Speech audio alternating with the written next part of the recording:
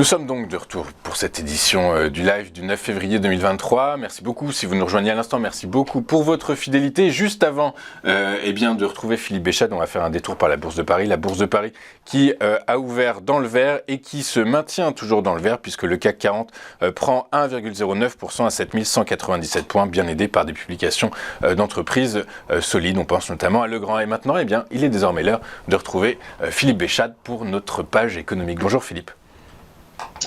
Bonjour. Bonjour Philippe, je suis ravi de vous retrouver, je suis ravi que vous m'entendiez.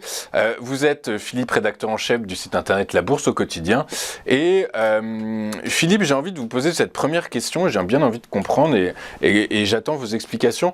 Comment est-ce que vous expliquez cette profonde divergence entre marché financier et banque centrale quant à la trajectoire que doivent prendre les taux directeurs ? Là, les marchés, comme on dit, anticipent et donc ils se projettent dans un avenir radieux où les banques centrales se livreraient à une désescalade des taux d'intérêt parce que c'est exactement ce que les marchés souhaitent et parce que les conditions de désinflation le permettrait. En fait, j'ai l'impression que les marchés regardent l'avenir dans un casque de réalité virtuelle et font comme si c'était déjà advenu, comme s'il n'y avait aucun doute sur le fait que l'inflation sera revenue, par exemple, et je l'entends très souvent, autour de 3% à la fin de l'année 2023.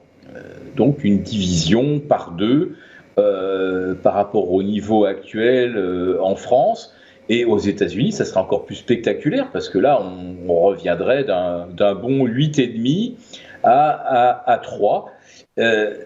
Et j'attends qu'on me fasse la démonstration de comment est-ce possible si ça ne provient pas d'un phénomène de contraction de l'activité qui fait reculer très fortement prix de l'énergie et prix des matières premières. Alors, c'est très intéressant ce que vous nous dites, parce qu'hier, l'INSEE a publié ses prévisions jusqu'en juin, et elle nous dit, concernant la croissance de l'activité en France, qu'elle devrait être de 0,2% au premier et deuxième trimestre, soutenue en cela par la production industrielle. Du coup, comment est-ce que vous expliquez ce que vous venez de nous dire, baisse de la production induite par cette inflation, et finalement, par la force des choses, l'INSEE qui dit non, croissance en France l'année prochaine, enfin cette année. On est exactement dans ce hiatus. Alors un hiatus qui, là encore, fournit au marché un prétexte rêvé pour dire « Regardez, nos prévisions pour 2023 étaient beaucoup trop pessimistes, on va probablement échapper à la récession, on pourrait même avoir, pourquoi pas, un peu de croissance ». Et youpi, le CAC 40 Global Return pulvérise un nouveau record absolu à l'instant où on se parle. On est au-delà de 21 200, donc on est plus de 1% au-delà des sommets du 5 janvier 2022. Avec quelle prévision de croissance ? Alors on entend maintenant plus 0,5, voire plus 1%. N'oublions pas que début janvier 2022, on atteint les mêmes niveaux records sur le CAC, avec un acquis de croissance qui est de plus de 5%. Mais on est dans un autre monde, mais on est à peu près au même niveau, et tout ne repose que sur le fameux scénario Goldilocks, c'est-à-dire une croissance revenue sur fond d'inflation qui se modère.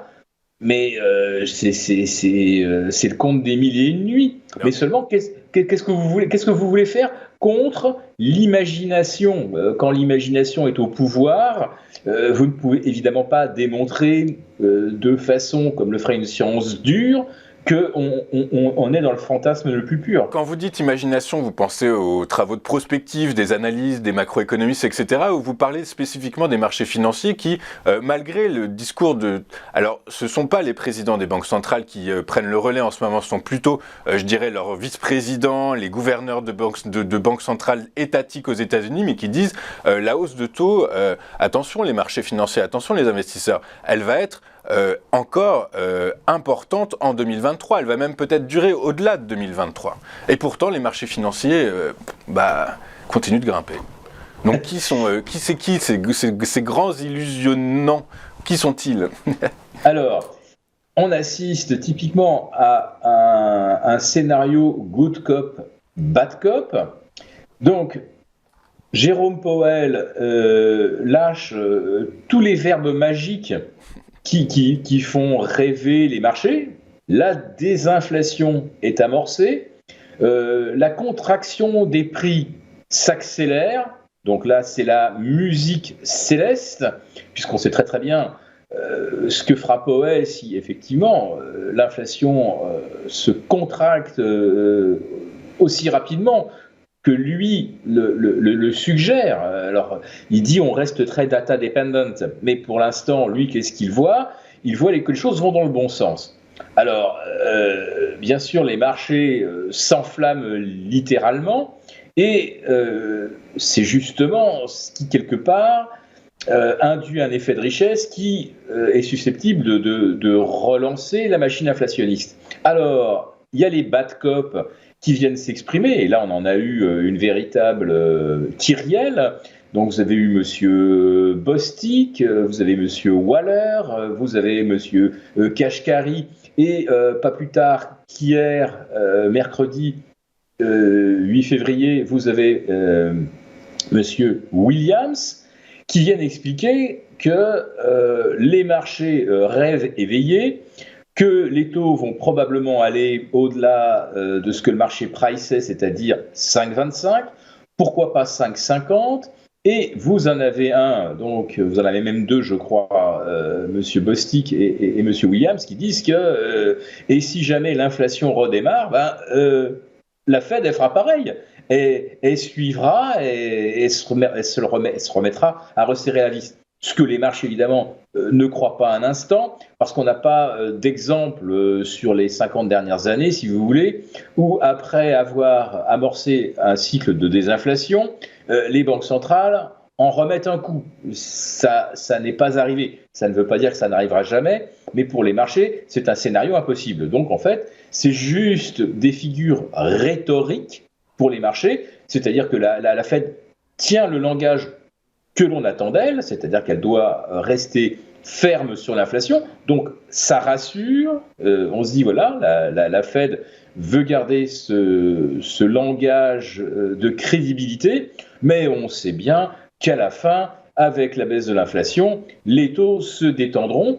Donc, c'est un monde merveilleux où la Fed s'exprime comme elle le doit, mais on connaît tous la fin de l'histoire, la baisse de l'inflation, et donc les conditions Goldilocks qui vont permettre d'aller chasser de nouveaux records absolus.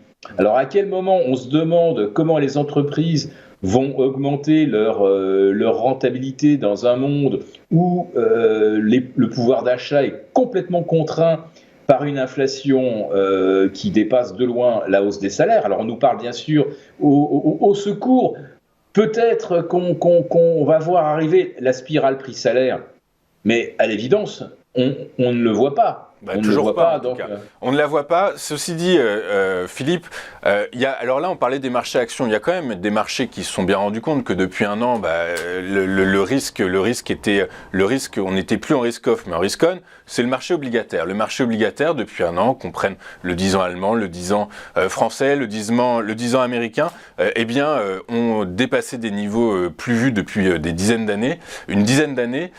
Est-ce que, au-delà de la problématique microéconomique, puisque cette hausse va peser sur les conditions de financement des entreprises, ça va peser aussi sur les conditions de financement des États, et notamment de la France, puisque cette semaine, des datas sont sorties sur le déficit public français qui a atteint des records, plus 15 milliards en 2022 de déficit. Comment est-ce qu'on explique finalement, par la force des choses, que le marché action ne price pas ce risque-là et que finalement sur le marché obligataire, les spreads restent à des niveaux quasiment contraints alors que les situations sont différentes de pays à pays? Oui, là, on reste dans l'argument le plus fort que la BCE et le système protègent, nous, la France, dont les performances divergent fortement par rapport à l'Allemagne, avec un déficit commercial de 164 milliards d'euros contre 89 l'année précédente, ce qui était déjà un précédent record. On est à 116,5 de déficit budgétaire et le spread OAT-Bund, il ne bouge pas. Il est actuellement d'une quarantaine de points. Et c'est un cadeau du ciel. Si on n'était pas effectivement dans l'euro, la France, avec ses performances, serait certainement obligée de payer plus que 3% au lieu de 2,7% comme c'est le cas actuellement. Donc, pour l'instant, je dirais que les créanciers de la France font preuve d'une très très grande mansuétude vis-à-vis du pays, mais en même temps, ils savent qu'on est les champions du prélèvement fiscal et que la France, aux yeux donc de nos créanciers, a une capacité à lever l'impôt. Finalement, les dernières manifestations montrent déjà que la mobilisation contre la réforme des retraites semble s'essouffler un peu. Donc en fait, la démonstration est faite. On peut plumer l'OA sans qu'elle pousse trop de cris. Donc pour des créanciers, peu importe le niveau de la dette finalement, du moment qu'on peut lever l'impôt et rembourser. Le Japon a 250% de déficit, ça passe très bien et le yen est même considéré comme une monnaie forte. En revanche, on voit bien que le financement pour les entreprises devient beaucoup plus compliqué en Europe. La liquidité se réduit et c'est ce qui nous différencie des États-Unis, où en fait, on nous explique que la Banque centrale reprend bien les liquidités par la réduction de son bilan, mais tous les matins, en fait, vous avez la Fed qui ouvre alors c'est même pas un petit robinet, un bon robinet de liquidité au jour le jour, qui fait qu'en fait, les conditions, ce qu'on appelle les conditions financières, demeurent extrêmement favorables. Alors, donc, même si la BCE a décidé de réduire le taux de ce taux de dépôt qu'elle verse aux États et aux entités publiques en règle générale pour justement les inciter à pourvoyer ce trop-plein d'argent liquide dans l'économie réelle. Donc il y a quand même des petits ajustements que la BCE essaye de faire pour essayer de refaire partir l'activité quand même. Ah, ça, c'est la très très bonne nouvelle. Vous avez une baisse de près de 2% du Nasdaq la veille au soir. Vous avez cette information qui fait que la Banque centrale donne un signal comme quoi il faut prêter de l'argent et en remettre dans le système. Et vous avez un CAC 40 qui prend 1,20 et un CAC 40 Global Return qui bat un record. Voilà, une nouvelle fois, c'est un signal de la Banque centrale qui euphorise littéralement les marchés, ce qui veut dire que dans ce qui se passe dans la vraie vie, finalement, c'est pas important, puisque à chaque fois, on va se projeter dans les conditions futures qu'on anticipe grâce à l'action idéale des banques centrales. Donc, effectivement, quand on a cet état d'esprit-là, les marchés ne peuvent jamais baisser. Ou alors quand ça baisse quelque part, finalement, on s'en fiche. On voit bien que l'obligataire, là, a quand même drôlement... Enfin, ça s'est un peu rôti, hein, ces 3 ou 4 dernières séances. Aux États-Unis, on a presque remis 25 points de plus dans les anticipations, mais c'est complètement indolore. Le marché ne regarde rien de ce qui pourrait lui faire, on va dire, calculer les choses d'une façon un petit peu moins favorable. Un peu moins favorable ou un petit peu plus réelle. Et en parlant de la vie réelle, de l'économie réelle, on pense à cette réforme des retraites en France, hein, qui agite toutes les sphères, hein, qu'elles soient politiques, économiques, financières, sociales. C'est tous les acteurs de la société civile française qui sont au diapason face ou contre, enfin pour ou contre cette réforme. Toujours est-il qu'on parle beaucoup, qu'on revient beaucoup sur le modèle scandinave en nous disant finalement les pays nordiques c'est quand même un exemple à suivre pour une raison simple, c'est qu'ils travaillent plus longtemps, ils sont plus contents de travailler plus longtemps et ils ont un temps d'avance sur ce qu'on appelle la retraite par capitalisation. Du coup, est-ce que ça se limite à ces 3 éléments-là, Philippe, et qu'est-ce que vous en pensez? Est-ce que c'est juste de vouloir comparer le système de retraite français au système de retraite scandinave? Alors, on est typiquement dans l'aphorisme « comparaison n'est pas raison ». Ce sont des pays de cultures différentes et où les canaux de financement des retraites sont différents, ils le sont qualitativement et ils le sont même quantitativement, puisque le seul exemple à peu près comparable à la France, ce serait éventuellement la Suède, mais pour les autres pays scandinaves, le Benelux, etc., la contribution des entreprises au régime des retraites est nettement inférieure à ce qu'on observe en France. Donc ça veut dire qu'en France, on a des tuyaux qui fournissent des liquidités pour le versement des pensions, des tuyaux beaucoup plus importants, et de ce fait, puisqu'il y a beaucoup plus d'argent accumulé, eh bien, on peut prendre la retraite plus tôt. Parce que les conditions de financement le permettent.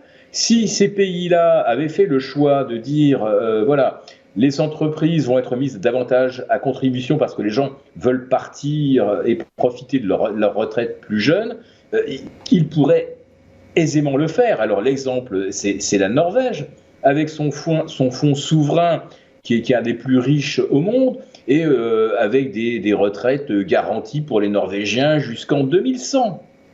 Ouais. Donc, s'ils décident de prendre leur retraite à 65 ou 66 ans, c'est pas du tout une question d'équilibre du régime des retraites. Et est-ce qu'on a les moyens de se payer? Parce qu'on dit en France, on n'a pas les moyens de se payer des retraites à 62. Donc la retraite par capitalisation, c'est un très bon argument, c'est quelque chose qu'il faut mettre en place absolument, définitivement.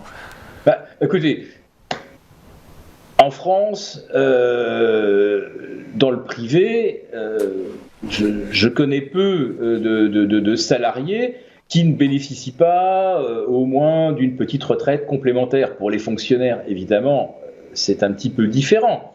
Dans le privé, vous avez aussi des gens qui achètent un bien immobilier, c'était quelque chose d'extrêmement courant.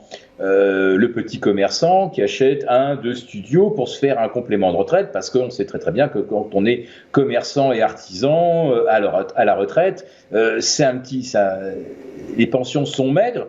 Donc il est évident que les Français sont quand même assez pragmatiques pour mettre en place des solutions. Des solutions complémentaires. Donc, quand on est capable d'acheter 1, 2, 3, 4 studios au fur et à mesure qu'on accumule de l'épargne, etc., on ne va pas se dire, non, moi je suis totalement contre la retraite par capitalisation. Ça ne va pas. Oui. Donc là aussi, on nous brandit des arguments idéologiques qui n'ont aucune réalité d'ores et déjà et depuis longtemps, sauf, je le répète, quand on est fonctionnaire et qu'on se contente de ce que l'État vous offre et qu'on ne veut effectivement pas remettre un sou au bout. Ouais, alors en période de forte inflation, c'est probablement un paradigme qui va changer. Et donc du coup, cette retraite par capitalisation, elle pourrait permettre éventuellement de réconcilier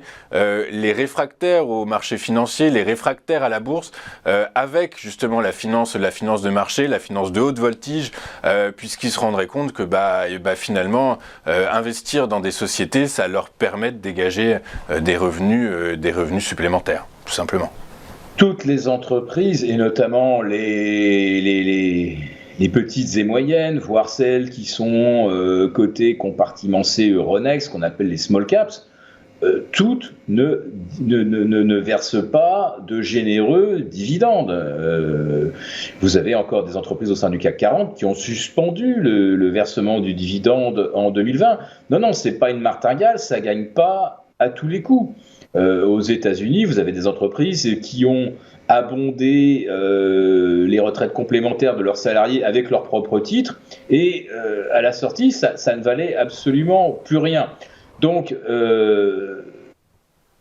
c'est à réfléchir et à réglementer, à faire de façon épidermique, comme cette réforme semble être faite, en tout cas. En tout cas, on ne peut pas, par exemple, qualifier de complément certain une retraite complémentaire qui serait basée sur les dividendes que peut verser une entreprise. Il suffit d'une situation de crise. Ou un bon gérant à sa tête qui, début 2022, voit venir la crise énergétique et investit tout son fric dans Total. Voilà. Non. Non, mais bon, Philippe, je suis désolé, c'est passionnant ce que vous nous dites, mais on arrive à la fin de votre intervention. Je suis désolé, on vous retrouve bientôt. De toute façon, on vous retrouve la semaine prochaine pour une nouvelle édition de notre rubrique Venez, on va s'expliquer, consacrée au marché de l'immobilier en partie. Du coup, ne soyez pas impatients, vous, chers téléspectateurs. On retrouve Philippe Béchade la semaine prochaine, très rapidement. Donc, Philippe Béchade, rédacteur en chef du site internet La Bourse au quotidien. Merci beaucoup, Philippe, d'avoir été avec nous ce matin. À très bientôt. Nous, on marque une rapide courte page de pub et on se retrouve tout de suite pour notre point de bourse. À tout de suite sur Téléfinance.